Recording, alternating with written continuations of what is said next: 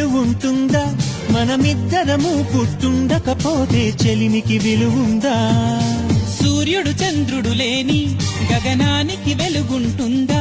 మన కన్నులలో కొలువుండకపోతే చెలిమికి వెలుగుందా?